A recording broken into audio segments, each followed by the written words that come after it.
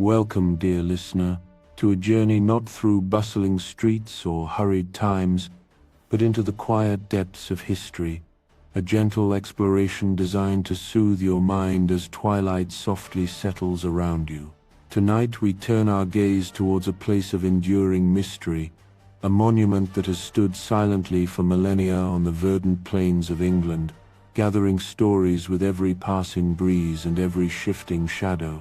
We speak of Stonehenge. Imagine, if you will, the vast, open sky above, the gentle hum of the earth beneath, and the majestic silhouette of these ancient stones reaching towards the heavens as if in a timeless conversation with the stars. The very name, Stonehenge, carries an echo of its past, a whisper from Old English or Saxon tongues. It is believed to derive from stanhan, a phrase that evokes an image of stone hanging.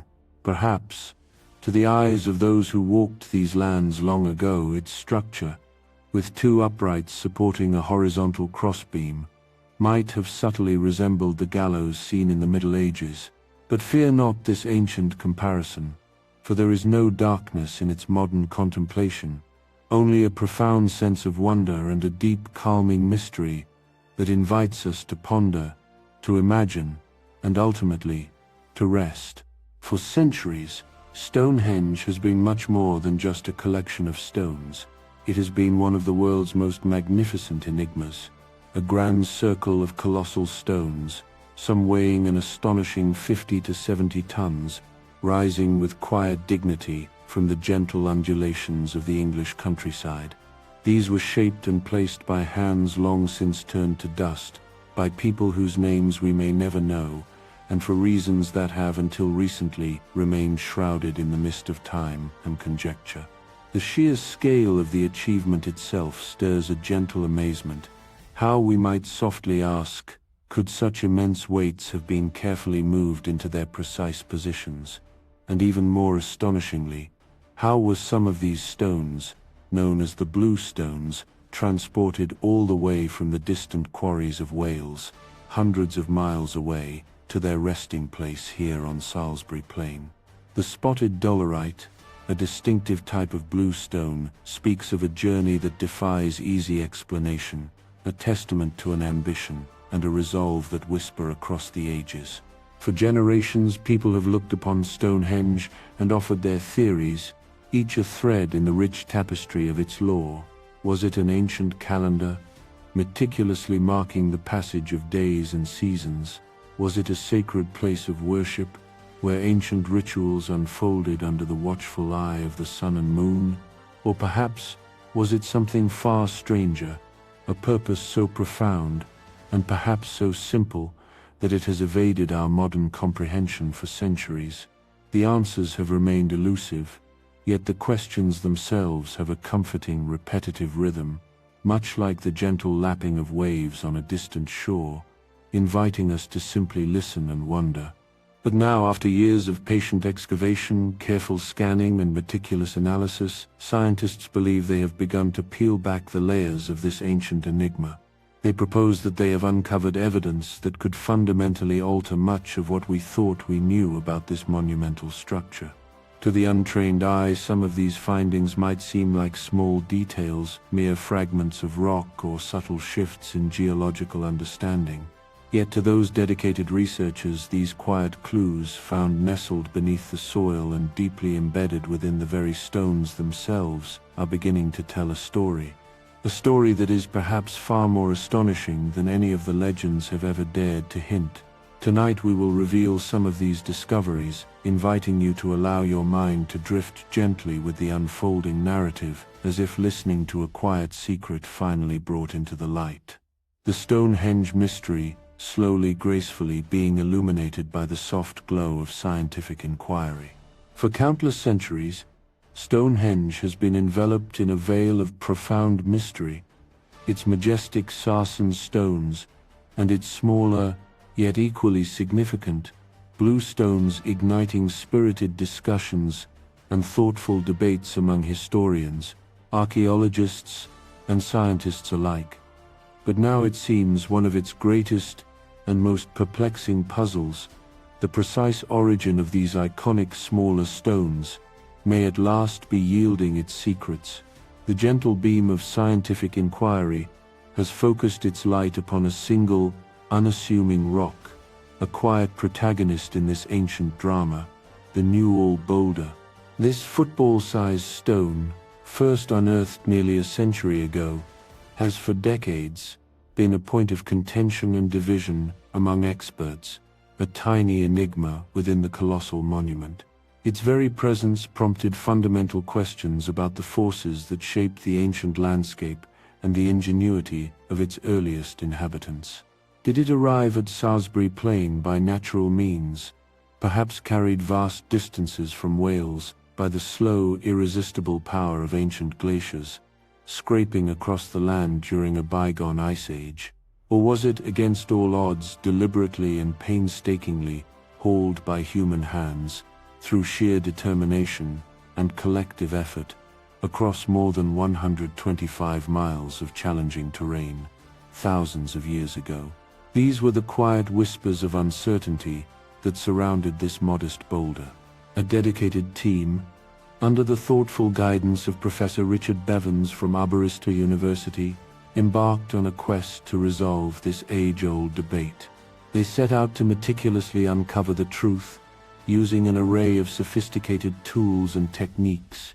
With advanced geochemical and microscopic analysis, they carefully compared the geological composition of the Newell boulder to that of stones found at Craig Rosy Felin, a rugged, rocky outcrop nestled deep within the northern reaches of Pembrokeshire, Wales. It was a painstaking process, a deep dive into the very fabric of the earth, searching for the subtle fingerprints that would betray the boulder's true origins.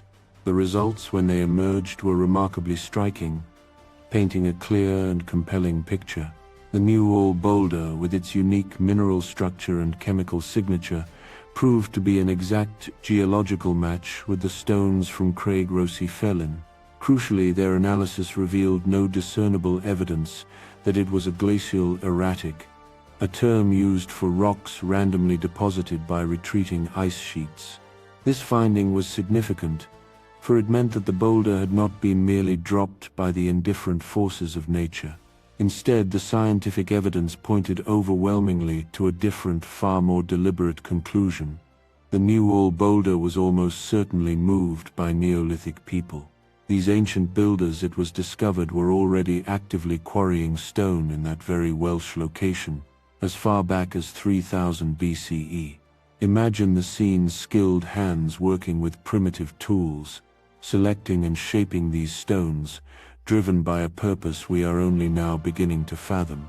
The chemical fingerprint, an identical presence of specific elements such as thorium and zirconium, served as an irrefutable link, tying the Newell boulder, and indeed other bluestone fragments found at Stonehenge, directly to Craig Rosy Felin.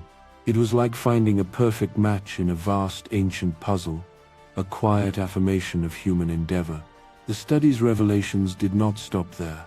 It also brought to light another fascinating detail about a buried stone at the Stonehenge site, known to researchers as Stone 32D. Scientists had long believed this stone to be spotted dolerite, another type of bluestone. However, further detailed analysis revealed it was, in fact, the same distinctive foliated rhyolite as the Newell boulder. This particular type of rock, with its unique surface characteristics, often rich in calcium carbonate, accumulated from centuries spent underground in the chalk-rich soil of Salisbury Plain, offered yet more compelling proof. Such a geological signature strongly suggested that human agency, not the random, sweeping power of glaciers, was responsible for bringing these stones to their final sacred resting place. The sheer improbability of nature replicating such a precise and localized deposition further strengthened the case for ancient human transport. To truly appreciate the magnitude of this feat, consider the effort involved. Moving these stones, some of which weighed over 3 tons, across the rugged landscape from Wales all the way to Salisbury Plain, would have been a monumental achievement by any standard. It was a task requiring immense coordination, physical strength, and an unwavering commitment to a grand vision. Most archaeologists, now armed with this compelling new data, largely concur that Neolithic builders did indeed undertake this incredible, almost inconceivable journey. However, as with any enduring mystery, there have always been dissenting voices, quietly weaving alternative narratives. Geologist Dr. Brian John, for instance, has long championed the glacier theory, pointing to certain marks on the stones which he believed were unmistakable evidence of ice dragging the rock across the land. These marks, to his trained eye, seemed to tell a tale of ancient glacial movement, a powerful natural force shaping the landscape. But the latest research, with its detailed geological and chemical analysis, gently challenges this perspective. It suggests that those very same marks, once attributed solely to the grinding force of ice, could just as easily be the subtle etchings of natural weathering, the slow, patient work of wind and rain over millennia. The earth in its quiet way leaves its own enduring marks. Perhaps the most convincing point, a quiet argument that resonates with logic and observation, lies in the distribution of similar stones. If glaciers had indeed carried the blue stones from Wales, one would reasonably expect to find similar fragments, perhaps smaller, scattered widely across Salisbury Plain. The immense power of an ice sheet does not pick and choose its deposits with such precision. Yet, these distinctive bluestone fragments are found only almost exclusively at Stonehenge itself. This singular concentration, the researchers gently propose, speaks volumes. It whispers not of random natural dispersion, but of deliberate, focused human transportation. It suggests a purpose, a destination, and an intentional act. The most recent research, far from merely challenging Dr. Brian John's glacier theory, quite meticulously and compellingly dismantles it. The team behind this groundbreaking study stated, with academic directness yet in a manner devoid of acrimony, that his arguments, while persistent, simply have no basis in the accumulating body of scientific evidence. They gently implied that presenting them as factual in the face of such overwhelming data would be disingenuous. Their reasoning, when distilled, is profoundly simple and elegantly logical. Stonehenge itself stands as the most compelling proof. If this massive, awe-inspiring monument stands before us today, a testament to enduring human will, it is because Neolithic builders, with their ingenuity and sheer force of will, moved stones, some weighing an incredible 40 tons, into their precise and ordained positions.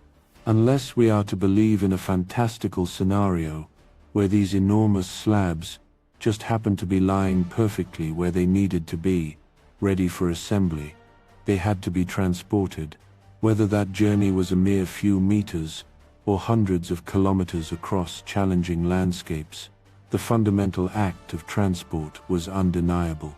And if ancient people possessed the collective skill and determination to handle the colossal sarsens, stones towering at over 7 meters and weighing more than 20 tons each, then the shifting of blue stones, weighing a comparatively modest 2 or 3 tons, would have been a far less demanding, though still impressive, undertaking. The capacity for monumental effort was clearly present. Consider the origins of the sarsens, those magnificent monolithic stones that form the grand outer ring and the central trilithons of Stonehenge.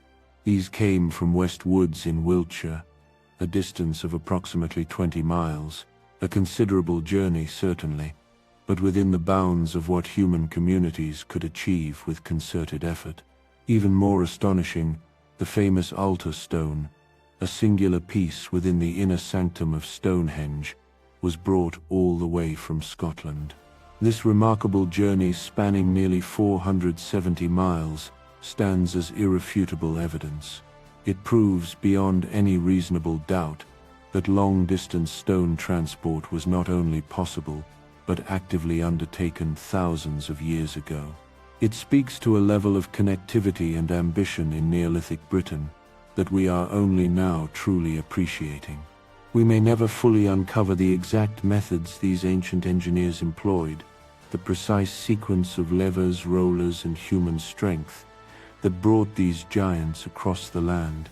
But history offers us gentle clues, whispers from other times and cultures.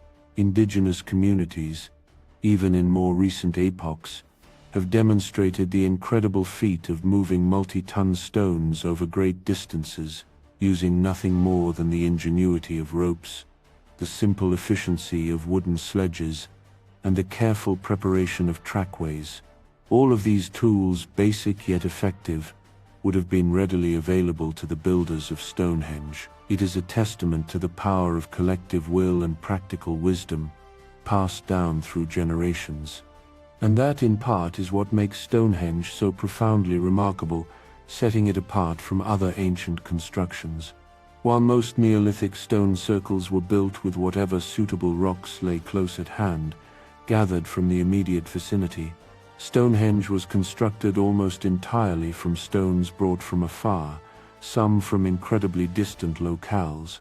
Such an extraordinary collective effort suggests that it was far more than merely a ceremonial site, a place for occasional gatherings. It hints at something grander, perhaps a unifying project for ancient Britain, a statement of shared purpose and identity carved enduringly in stone. It might have served as a powerful political and spiritual declaration, a tangible link binding people to their revered ancestors and to the vast encompassing cosmos above. The stones in their silent presence speak of connection and community. The new study leaves little room for doubt. The bluestones, those smaller yet immensely significant components of Stonehenge, were carried by human hands through incredible perseverance, not indifferently dragged by ancient ice. The true mystery that now gently beckons is no longer whether people brought them here, but why. Why did they go to such extraordinary, almost unimaginable lengths to achieve this monumental task? What profound belief, what urgent necessity, what deep spiritual resonance drove them? The answers, perhaps, lie not in the simple mechanics of movement, but in the deeper purpose of the monument itself. And as we continue our quiet journey, we might just discover that Stonehenge's true purpose was far more precise, far more meticulously planned than we could have ever imagined. Let your thoughts drift, dear listener, as we delve into yet another layer of this ancient enigma. For thousands of years, the towering presence of Stonehenge has drawn human eyes, sparking curiosity and countless questions. People have stood before its silent majesty, gazing at its timeless form, and wondered, in quiet contemplation, what was it truly for? What profound purpose lay at the heart of its creation? New research, emerging from dedicated scholarly work, suggests that we may finally be approaching at least a significant part of the answer, and it hints that the monument's function was not solely about grand rituals or solemn burials, but something far more intricate and enduring. According to the insightful work of Professor Timothy Darvill, a distinguished scholar from Bournemouth University, the monument, in its core design, may have been one of the world's earliest and most astonishingly accurate calendars. Imagine, if you will, the sheer genius of conceiving such a system, embedding the very rhythm of time into the unyielding permanence of stone. His study, meticulously published in the respected journal Antiquity, proposes a compelling theory that the massive sarsen stones, those monumental, colossal blocks that constitute the largest elements within the monument, were not placed haphazardly, but were carefully and thoughtfully arranged as the foundational building blocks of a simple yet remarkably elegant perpetual calendar. A calendar precisely calibrated to the solar year, that fundamental cycle of 365.25 days, which governs all life on Earth. Professor Darvill's meticulous analysis of the sarsen stones revealed a fascinating timeline. He concluded that the stones comprising the impressive trilithons, the grand sarsen circle itself, and the strategically placed station stone rectangle were all put into their exact positions within a relatively narrow window of time, specifically between 2620 and 2480 BC. And what is truly remarkable, a testament to the foresight and engineering prowess of its ancient builders, is that these stones have remained in those precise, ordained spots ever since, unwavering, marking time for millennia. The sarsen circle, perhaps the most immediately striking and iconic feature of Stonehenge, was meticulously constructed from 30 upright stones. Each of these formidable vertical elements was in turn linked by 30 horizontal lintels, forming a continuous, unbroken ring that seems to embrace the very sky. Professor Darville offers a profound interpretation of this arrangement. He explains that these 30 stones forming a complete circuit were ingeniously designed to represent one day each of a Neolithic month. In this sophisticated yet understandable system, an ancient month was structured around 30 days, logically divided into 3 distinct 10-day weeks. It's a rhythmic, intuitive way of tracking time, easily grasped by an agricultural society deeply attuned to natural cycles. Intriguingly, Professor Darville's observations extended to subtle variations within the circle. He noted that stones O11 and S21 gently break the pattern, differing slightly in their shape or perhaps in their precise positioning. These subtle differences, he suggests, were not random anomalies but deliberate markers, serving to indicate the precise beginning of the second and third 10-day weeks within the Neolithic month. It is a detail that speaks volumes about the meticulous planning and the profound understanding these ancient people had of their timekeeping system. 12 cycles of these 30-day months would give ancient timekeepers a total of 360 days.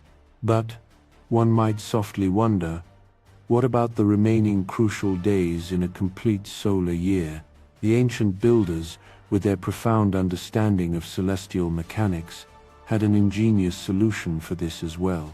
Those crucial remaining 5 epigomenal days, the days that complete the solar year beyond the regular monthly cycles, were gracefully represented by the 5 enormous stones of the trilithon horseshoe, positioned with quiet authority at the very heart of the monument.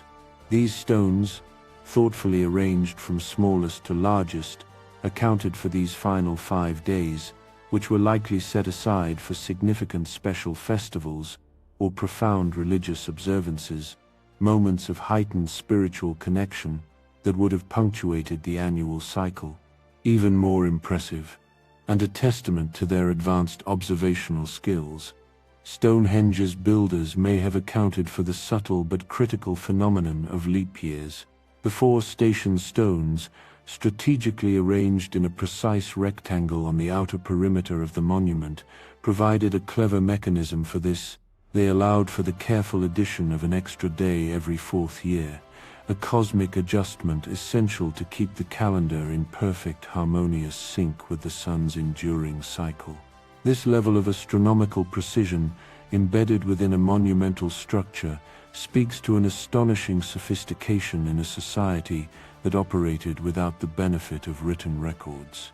Professor Darville gently reminds us that in non-literate cultures, where information was passed down through oral tradition and shared experience, embedding a calendar directly and tangibly into a massive, enduring stone monument makes profound and practical sense.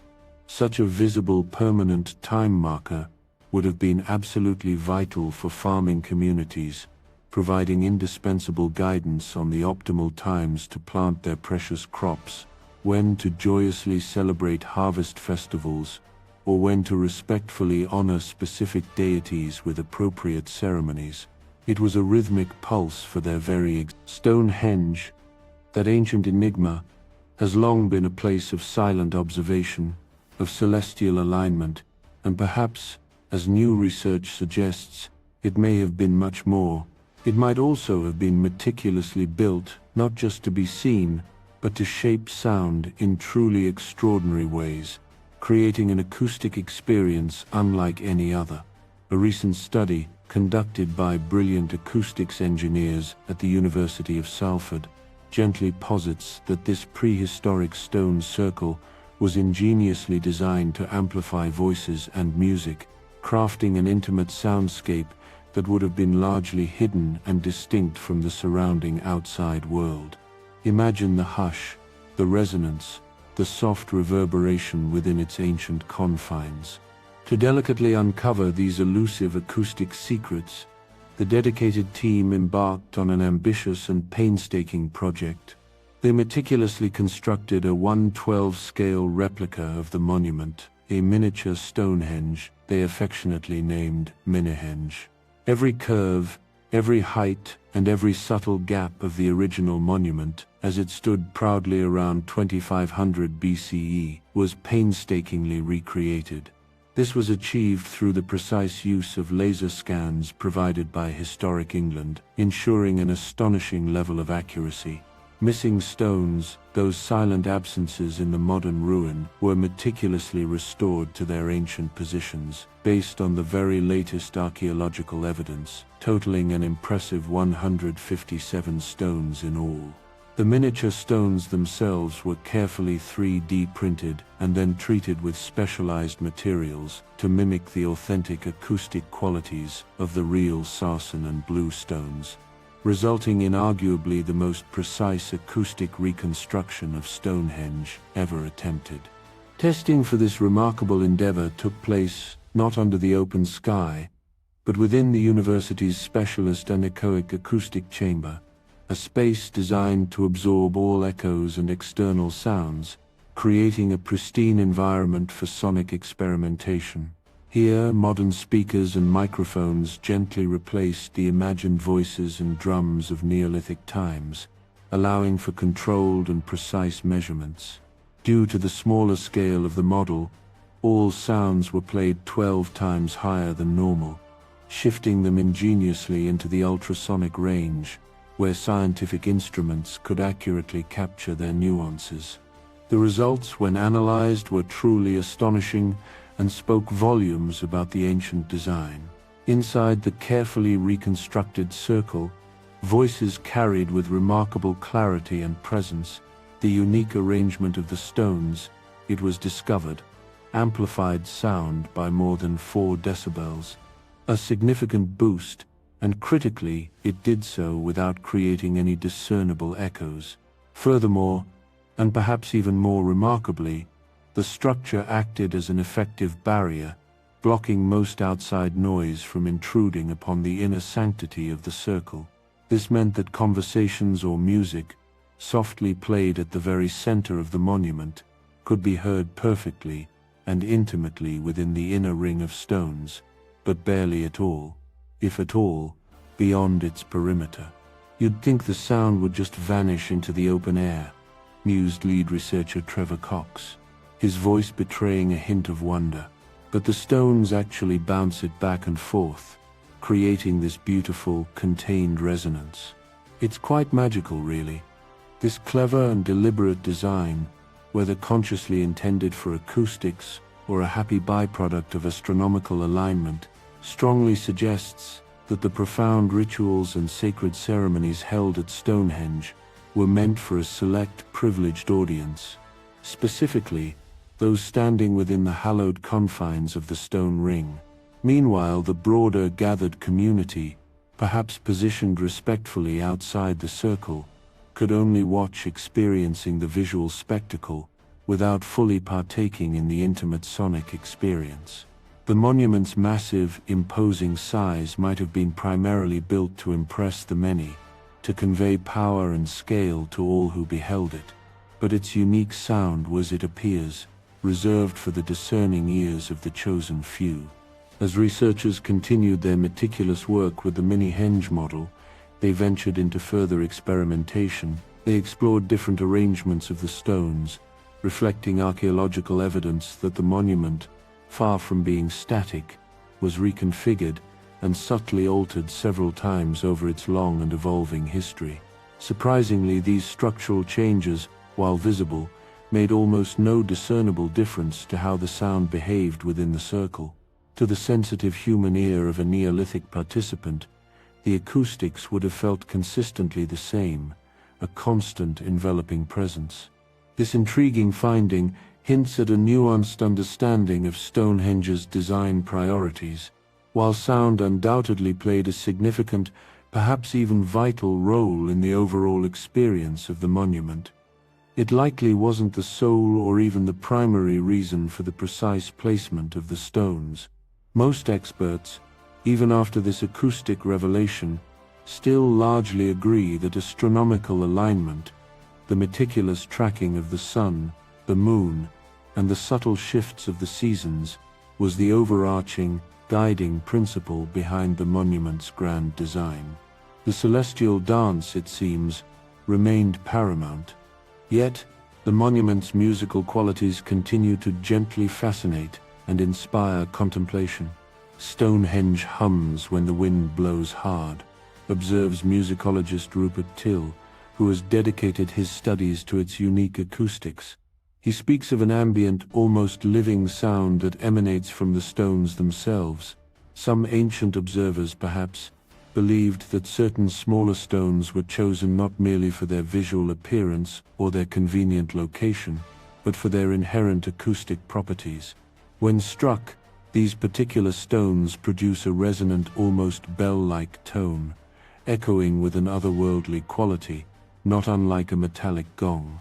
In 2014, the lead acoustics researcher Trevor Cox softly suggested that these very ringing stones might have been deliberately used as percussion instruments during ceremonies, adding a powerful resonant layer to the ancient rites. This captivating idea isn't mere speculation. In 2013, a resourceful team from the Royal College of Art actually managed to play Stonehenge's so-called ringing stones, much like a giant xylophone, coaxing ancient, resonant melodies from them, and creating an ethereal, otherworldly kind of rock music. Their study, thoughtfully published in Time and Mind, the Journal of Archaeology, Consciousness and Culture, concluded that these acoustic effects were probably even more pronounced and powerful in ancient times, before many of the stones were set into reinforced concrete foundations. These modern additions, while preserving the monument, unfortunately dampened their natural vibrations and their inherent musicality. If this fascinating theory holds true, Stonehenge was not merely a place to observe the sky, to mark the passage of seasons, or to honor the deceased. It was a dynamic, living space where sound and stone merged, a grand open-air theater for both profound sight and resonant song, echoing with ancient whispers that still invite us to listen. But now, as you settle deeper into your peaceful rest, let us journey back even further beyond the realm of scientific discovery into the enchanted tapestry of human imagination. Could the very origin of Stonehenge be linked not to meticulous astronomy or ancient engineering, but to something far more magical, something born of myth and legend? Let us explore these whispered tales as your thoughts gently drift. Long before the advent of scientists equipped with their precise lasers and microscopic lenses, before the systematic excavation of hidden clues, Stonehenge existed primarily in the realm of glorious legend. And in those ancient, captivating tales, one name rose above all others, a figure whose very mention evokes wonder and mystique: Merlin, the mystical wizard, sage advisor to the legendary King Arthur, a master of profound spells, a whisperer to dragons, and it was said, a controller of the very forces of nature itself. Imagine the flickering candlelight in medieval halls, the hushed voices telling stories of magic and monumental feats. According to the rich tapestry of medieval lore, Stonehenge was not constructed by the arduous labor of human hands at all. No, its genesis was far more extraordinary, born purely of potent magic. The enchanting story, as it has been passed down through generations, begins in the 5th century, a period marked by brutal conflict and profound loss.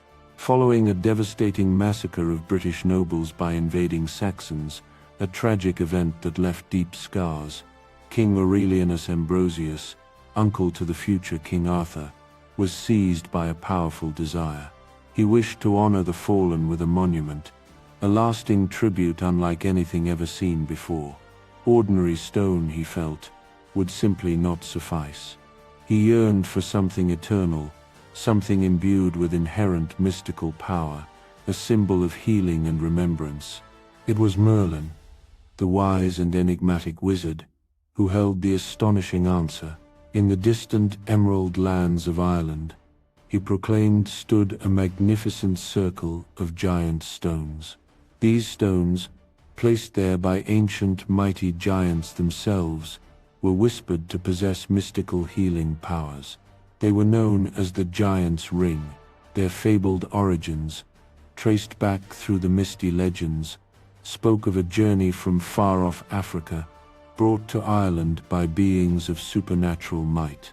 King Aurelianus, captivated by Merlin's revelation, dispatched a powerful army to seize these wondrous stones. The soldiers, with their courage and martial skill, won the ensuing battle, but a new, unforeseen challenge arose. Despite their victory and their collective strength, they simply could not move the enormous, unyielding stones.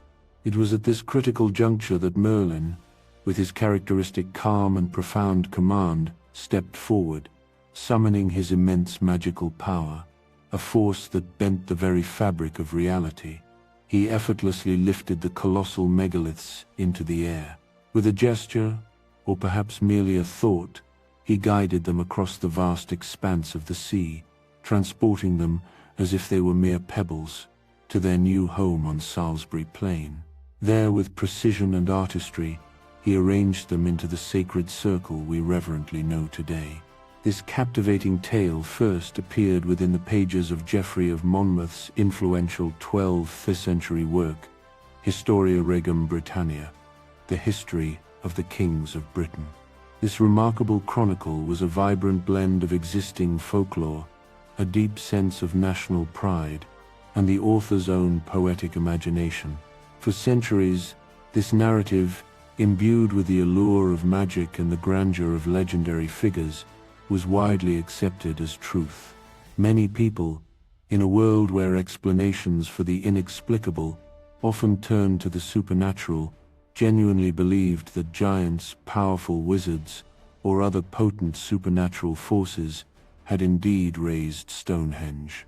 After all, how else in their understanding could mere humans, thousands of years ago, and without any of the modern tools or sophisticated machines, have possibly constructed such a colossal and perfectly aligned monument? The question itself seemed to demand a magical answer, and the Merlin legend, while arguably the most famous, is but one shining thread in a rich, intricate tapestry of myths that have been woven around Stonehenge. Some ancient whispers suggest that Stonehenge is the revered burial place of not one but two legendary kings, Uther Pendragon, the powerful father of Arthur, and King Aurelianus himself, the very monarch who sought its creation.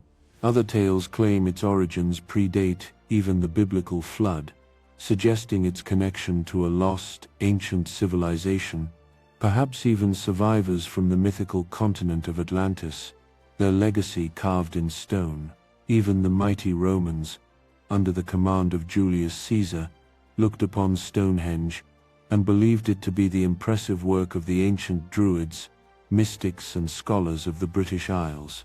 To the minds of medieval people, the sheer perfection of its design, its awe-inspiring alignments, and the immense scale of its stones seemed far too extraordinary, far too precise, to be merely the ordinary work of human hands. Magic, therefore, felt not just like an explanation, but the only answer. These myths didn't merely attempt to explain how Stonehenge was built, but also why it existed at all, imbuing it with a profound, almost cosmic purpose. Today, with the steady light of scientific inquiry, we understand that Merlin's role in the construction of Stonehenge is a beautiful, enduring legend, a testament to the power of human storytelling, rather than historical fact. Yet the site itself continues to draw people with an undeniable deep spiritual pull.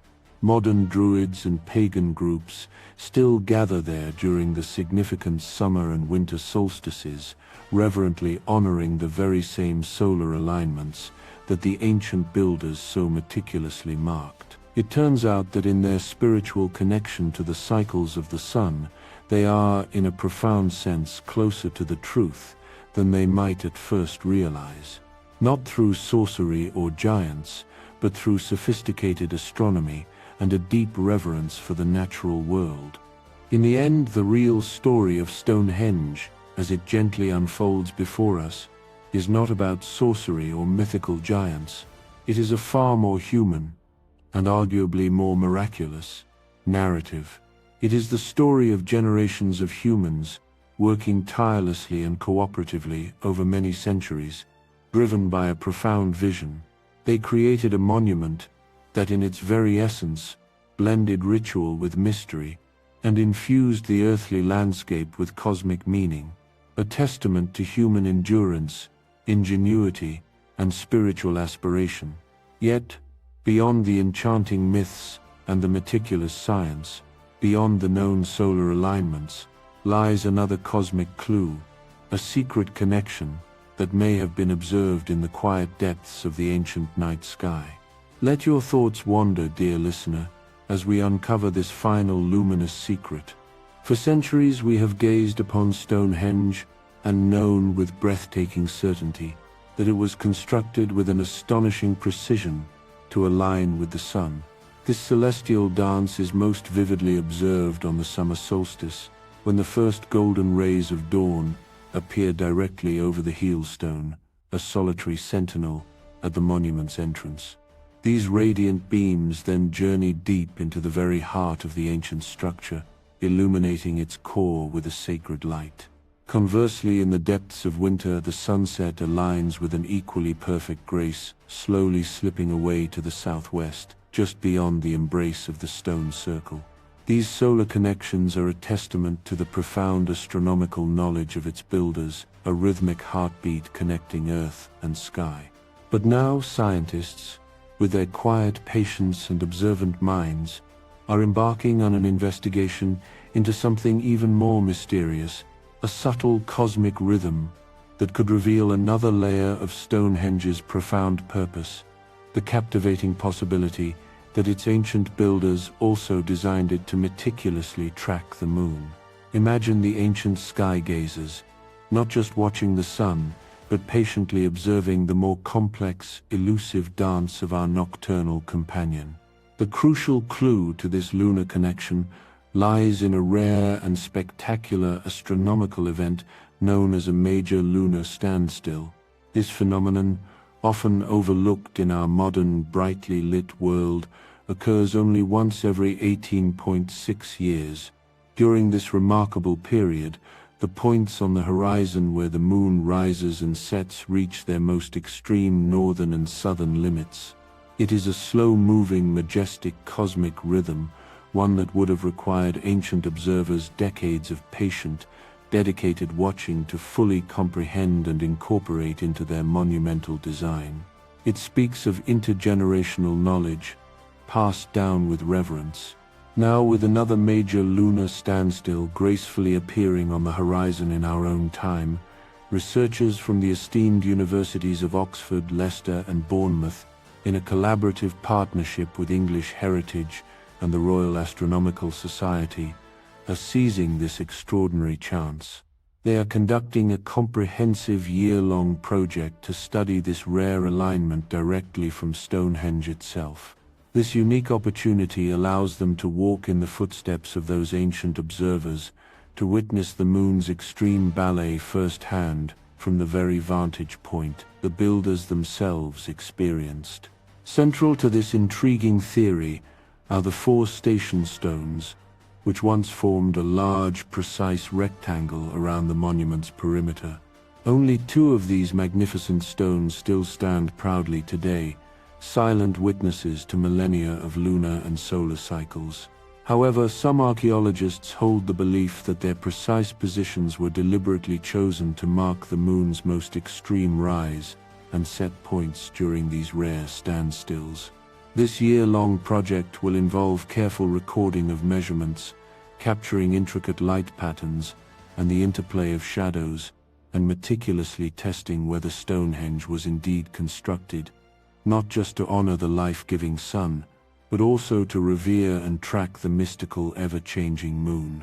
Watching the moon's extremes is far trickier and more demanding than watching the sun, explained Dr. Amanda Chadbourne of the University of Oxford, her voice carrying a note of quiet respect for the ancient task. It requires precise timing, often under the clearest of night skies, and above all, immense patience. We want to fully immerse ourselves in what it was truly like for the builders to experience these dramatic moonrises and moonsets, to understand how the light and shadows danced across the ancient stones, transforming their appearance with each passing celestial event. It is an attempt to reconnect with the very sensory experience of those who built this marvel.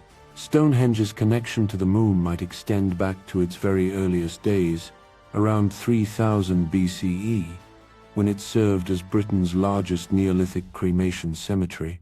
This profound link is suggested by a fascinating detail. Many of the burials from this early period were reverently placed in the monument's southeast corner.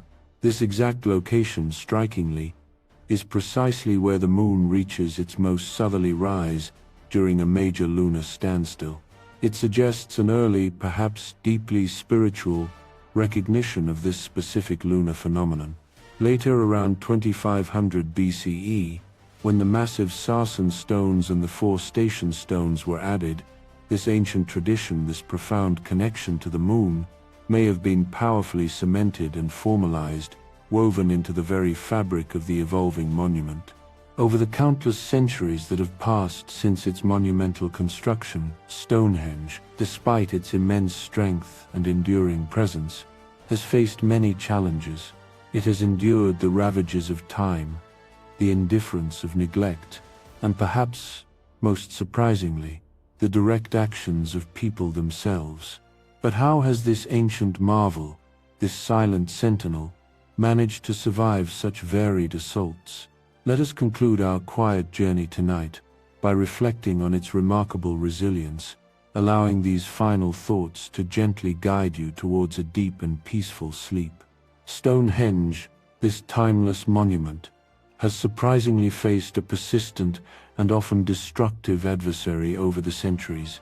People themselves, long before it attained its current status as a revered and fiercely protected heritage site, the grand structure was, in a slow and piecemeal fashion, gradually dismantled. Imagine the stones once sacred, slowly being hauled away. Up until the 17th century, a period often marked by changing priorities and practical needs, stones literally disappeared from the site. They were unceremoniously taken, their ancient purpose forgotten, to be repurposed in the building projects of a burgeoning modern world. It is a quiet testament to how perceptions of value and sacredness can shift over time. By the 19th century, as interest in antiquity grew, visitors began arriving with a different kind of intent, but still one that threatened the monument. Armed with chisels and hammers, they would chip off small pieces of the ancient rock, desiring a tangible memento, a souvenir to take home. Each tiny chip, though seemingly insignificant, represented a slow erosion of the monument's integrity, a cumulative act of affection turned unintentional harm. The 1970s brought a new kind of challenge. The annual Free Festival, a vibrant gathering of people drawn to the ancient site, began to attract vast crowds. For the first few years, relatively little harm was done, a spirit of respectful revelry prevailing. However, by 1978, the sheer volume of visitors and the occasional acts of carelessness or disrespect compelled authorities to take action. and the area had to be regretfully fenced off, creating a barrier where none had existed before. As the decades progressed, into the 1980s and 1990s, the situation regrettably escalated. Repeated incidents of vandalism, including a particularly egregious event in 1984 where the ancient stones were defaced with vibrant, jarring purple spray paint, necessitated even stricter measures. Barriers were erected, exclusion zones were meticulously set up for miles around the monument, and at times hundreds of police officers were deployed, a somber presence, solely for the purpose of protecting these silent ancient sentinels. For a period, the government, in an act of desperation, even closed Stonehenge entirely to the public. But the public outcry was so immense, the attachment to the monument so deep, that they were ultimately compelled to reopen it, seeking a balance between access and preservation. Vandalism, however, continued to manifest in unexpected and often audacious ways. In 2008, two men, with a surprising disregard for history, used a hammer and screwdriver to chip off a piece of the revered heelstone. This fragment, no bigger than a small coin, represented the first recorded incident of its kind in decades. A stark reminder that even in the modern age, the monument's vulnerability persists. More recently, in 2020, a new controversy erupted, igniting a fierce public debate. The British Transport Minister approved a long-discussed and highly contentious plan to construct a road tunnel close to Stonehenge. Critics, including the esteemed historian Tom Holland, passionately condemned the decision, describing it as nothing less than state-sponsored vandalism and an unbelievable destruction of the landscape. The debate was intense, a battle between infrastructure and heritage, but ultimately, the court allowed the project to proceed, albeit with modifications, a decision that left many with a quiet sense of unease about the future of the surrounding ancient landscape. Even protests, driven by modern concerns, have recently targeted the monument. On June 19, 2024, climate activists from the group Just Stop Oil sprayed 3 of the majestic standing stones with a vibrant orange cornflower paint. English Heritage, the custodians of the site, called the act extremely upsetting and immediately launched an investigation. Fortunately, the powdered paint, a temporary mark, was later removed without leaving any visible, lasting damage to the ancient irreplaceable surfaces of the